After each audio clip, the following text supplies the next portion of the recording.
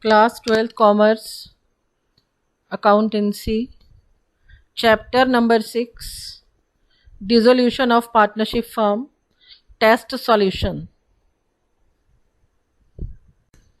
Now see, you will have to wait for some time. See, it is answer number 1, but before that move on to question number 1. A and B are partners in a firm sharing profits in the ratio of 3:2. See, A and B, they are partner, their PSR is given to you.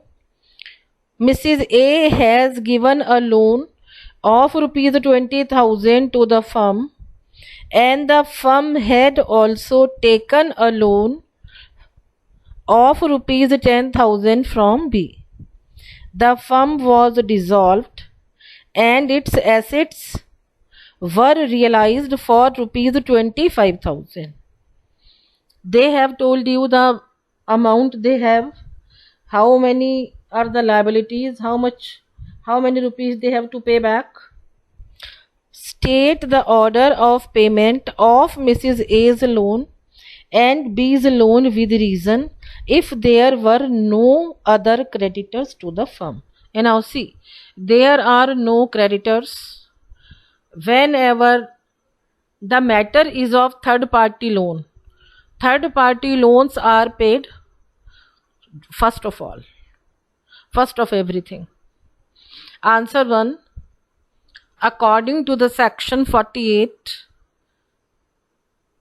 of Indian Partnership Act 1932, Mrs. A's loan of rupees 20,000 being outside parts debts will be paid before the repayment of B's loan. And now listen, partner का जो payment होगा, partner का loan account अलग से बनेगा.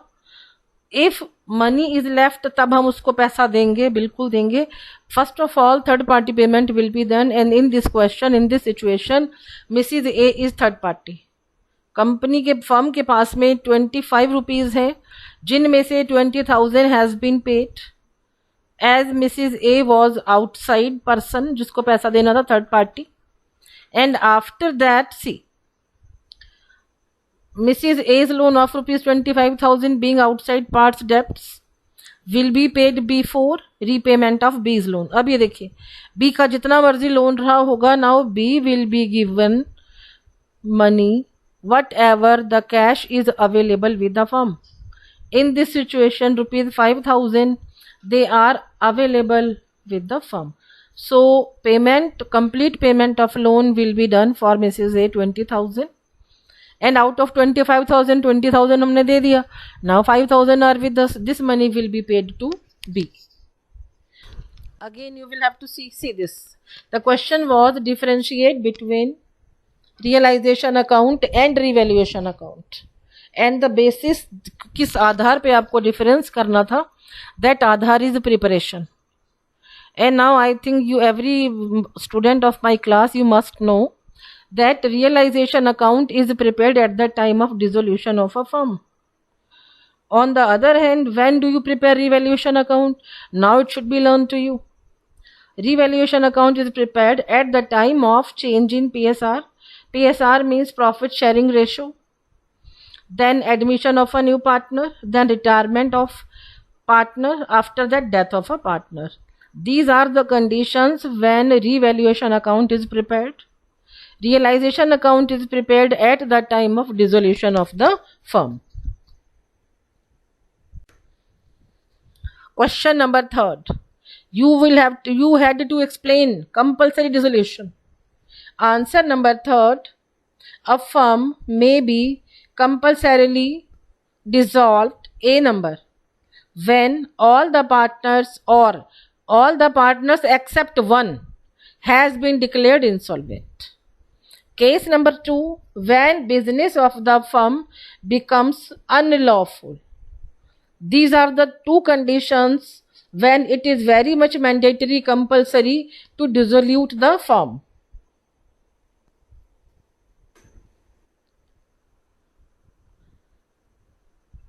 Answer number 4. Realization account is prepared at the time of dissolution of the firm. It is the meaning of realization account. This account is prepared to close the books of accounts of the dissolved firm.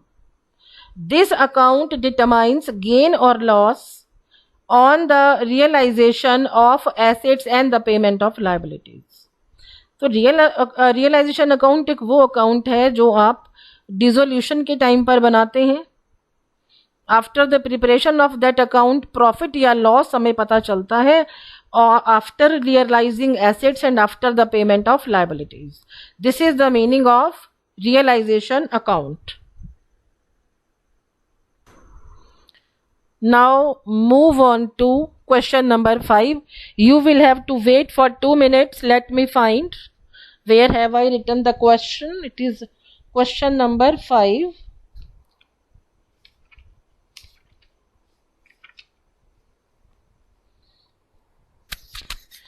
You had to journalize. Journal entry आपको बनाना था. First number, debtors they are of rupees 2,64,000. Provision for bad and doubtful debts 24,000 and rupees 48,000 of the book debts proved bad. अब यहाँ बात समझिए, debtors को आप realisation के debit में ट्रांसफर करेंगे, प्रोविजन को आपने लिख देना है क्रेडिट में. 48,000 इज दैट मनी जो बैड हो गया. बैड माने this money you could not receive. जो मनी आप लिखेंगे that money will be 2,64,000 minus 48,000. You will get money. Definitely the money will be received by the firm. लेकिन उनको 264 में से 48,000 कम रिसीव होंगे. So the journal entry will be bank account debit to realization account 2,16,000. 2,64,000 में से हमने minus किया है 48,000 को. Now move on to second journal. देखिए, बिल्डिंग बुक वैल्यू 5 लाख थी. It was sold for rupees 8 lakh through a broker who charge 2% commission. जो हमारी देखिए 8 लाख की हमारी सेल हुई है, जिसमें से 2% मैंने दे दिया ब्रोकर को. 8 to 16,000 money that has been paid. मेरे को पैसा मिला और मैंने दिया भी. In this case, see what will be the journal entry. It will be bank account debit 7,84,000. 8 lakh में से 2% माइनस हो जाएगा. 2% होगा 16,000. 8 lakh minus 16,000, 7,84,000. The journal entry will be bank account debit to realization account 7,84,000. Now move on to third journal. Machinery book value 6 lakh was given to a creditor at a discount of 20% in settlement. Now listen, whenever any liability is settled with any asset, in that case no entry is done. The same I have done. For case number 3 there is no journal entry. And again ध्यान से सुनिए reason उसका, जब भी हम अपनी किसी liability को पे करने के लिए एसेट दे देते हैं उस केस में एंट्री नहीं होती. So the reply, the answer is no entry. Fourth number, investments book value was rupees 40,000. They have been realized at 150%. Listen, 40 it will be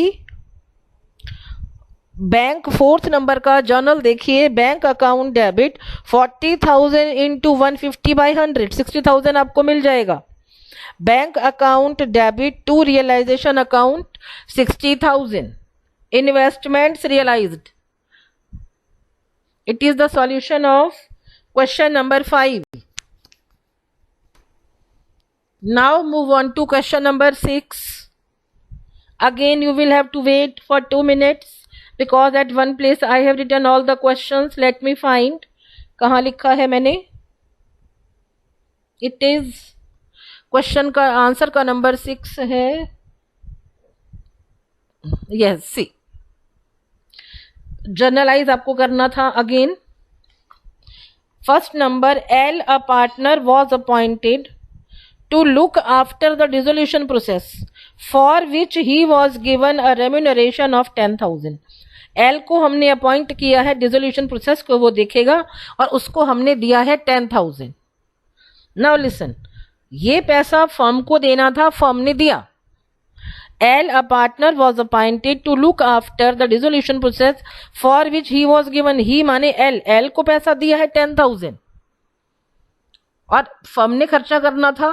फिलहाल L has done. C, for which he was given remuneration 10,000. Journal entry will be realization account debit to L's capital account 10,000. Remuneration provide किया है firm ने, firm का खर्चा हुआ, L ने अपनी जेब से पैसा दिया, इसलिए एल अभी क्रेडिट है. He will get money from the firm.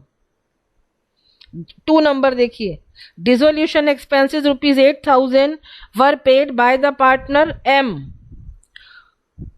Dissolution के खर्चे एम ने पे किए, यानी कि वो खर्चा फर्म ने करना था, अभी एम ने कर दिया है. Again see the journal, realisation account debit to M's capital account 8,000. Dissolution expenses payable to M माने एम को वो पैसा देना है और कैपिटल अकाउंट में वो पैसा उसको दे भी दिया जाएगा. 3rd number very simple, dissolution expenses ₹5,000. Realisation account debit to bank 5,000 each, 5,000 credit and debit. Realization expenses paid, it is for 3rd number. 4th number देखिए, P, a partner, was appointed to look after the process of dissolution for which he was allowed a remuneration of ₹7,000. P agreed to bear the dissolution expenses. Actual dissolution expenses of ₹4,000 they were paid by P. अब यहाँ पर ये देखिए बेटा, जो P ने खर्चा करना था वो P ने कर दिया. सी, P को अपॉइंट किया था फर्म ने, again P will receive money from the firm. For 4th number, see the journal, realisation account debit 7,000 to P's capital account 7,000, remuneration allowed to P and dissolution expenses paid by him. 5th number देखो, 5th, N, a partner, was appointed to look after the process of dissolution for which he was allowed a remuneration of 9,000. N agreed to bear the dissolution expenses. Actual dissolution expenses ₹4,000 were paid by the firm. अब यहाँ देखिए, देखिए 2 journal मैंने इसलिए बनाया है कि आपको कोई कंफ्यूजन ना हो, otherwise 1 journal also can take place. 5th जो हमारा ट्रांजैक्शन है, ए नंबर, 1st जर्नल देखिए, realisation account debit to N's capital account 9,000 each, remuneration paid to N, N's capital account debit to cash 4,000, dissolution expenses paid by the firm, it is by the firm. 6th number, Q, a partner, was appointed to look after the process of dissolution for which he was allowed a remuneration of 18,000.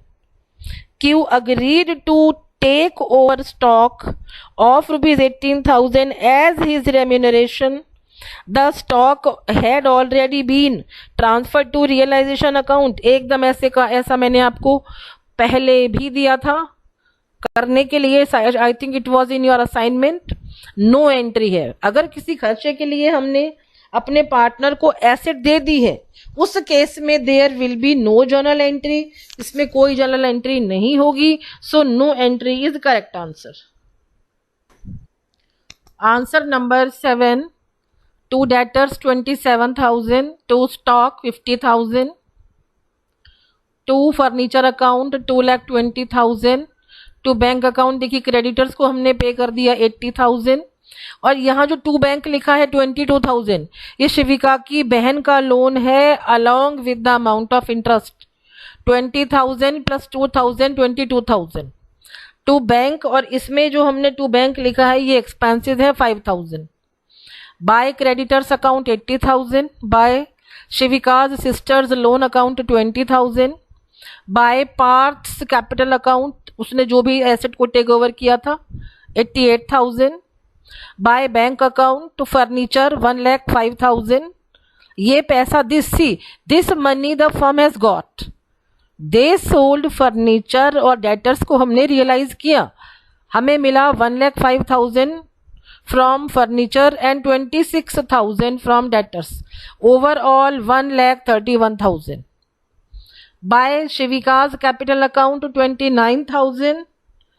उसने stock को take over किया था शिविका ने. After that loss हुआ, debit side is more, credit is less. By loss transfer to Parth के capital account में 33,600 आया. Bye Shivika's capital account 22,400 आया. C. And now partners capital account. By balance BD 1,75,000 Parth, 1,94,000 Shivika. After that to realisation account assets को take over किया था. 88,000 पार्थ में आया, 29,000 Shivika. After that they had loss. To realisation account loss 33,600, 22,400. And now C, credit side ज्यादा है और debit side हमारी कम है. अब क्योंकि this is dissolution, so we can not write to balance carried down. अब हमने यहाँ लिखा है to bank account and final payment. Payment हम करेंगे पार्थ को 53,400 का और शिविका को हम पे करेंगे 1,42,600. So overall addition it is 1,75,000. Parth दोनों साइड में आ गया क्रेडिट एंड डेबिट. शिविका का आया 1,94,000 credit and debit, both the sides along with उनको जो हमने पैसा पे किया है, that amount is very much visible on debit side. Now move on to bank account. To balance brought down 1,72,000. देखिए bank account के डेबिट में पैसे का रिसीविंग होगा. Whatever the money has been received वो debit में लाइए, whatever the money has been paid वो आपके क्रेडिट में आ जाएगा. एसेट्स को रियलाइज करने पर द फर्म गॉट 1,31,000 डेबिट में आ गया. बाय रियलाइजेशन क्रेडिटर्स को पे किया 80,000. By realisation account Shivika's sister, SS मानी है बेटा Shivika sister, Shivika's sisters loan account payment was done 22,000. By realisation account it is of expenses 5,000.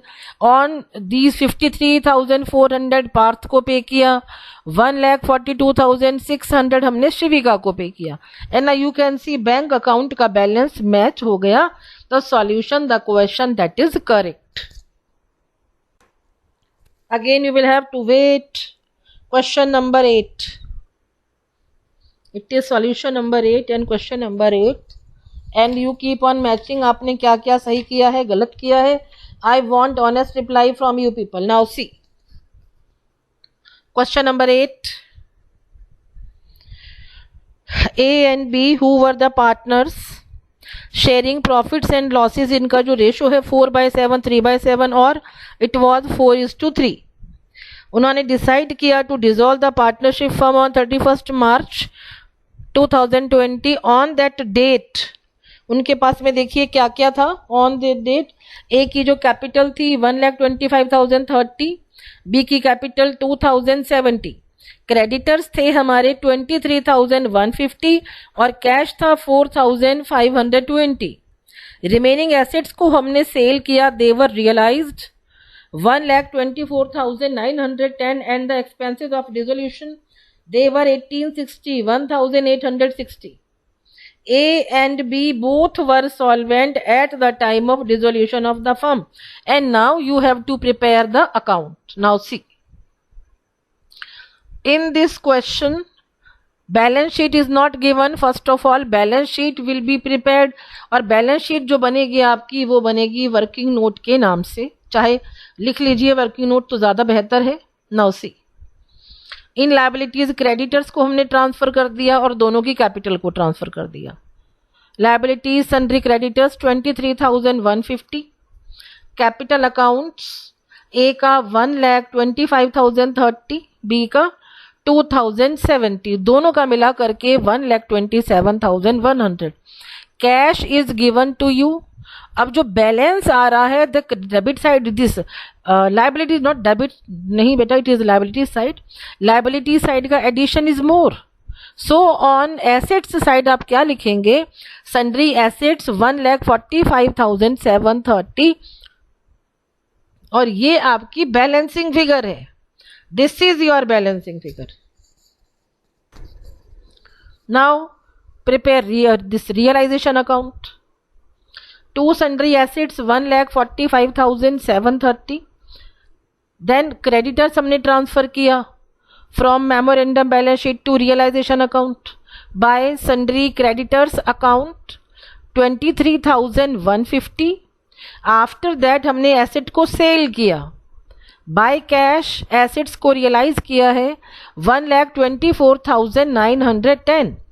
And now see the creditors को हमने payment कर दिया.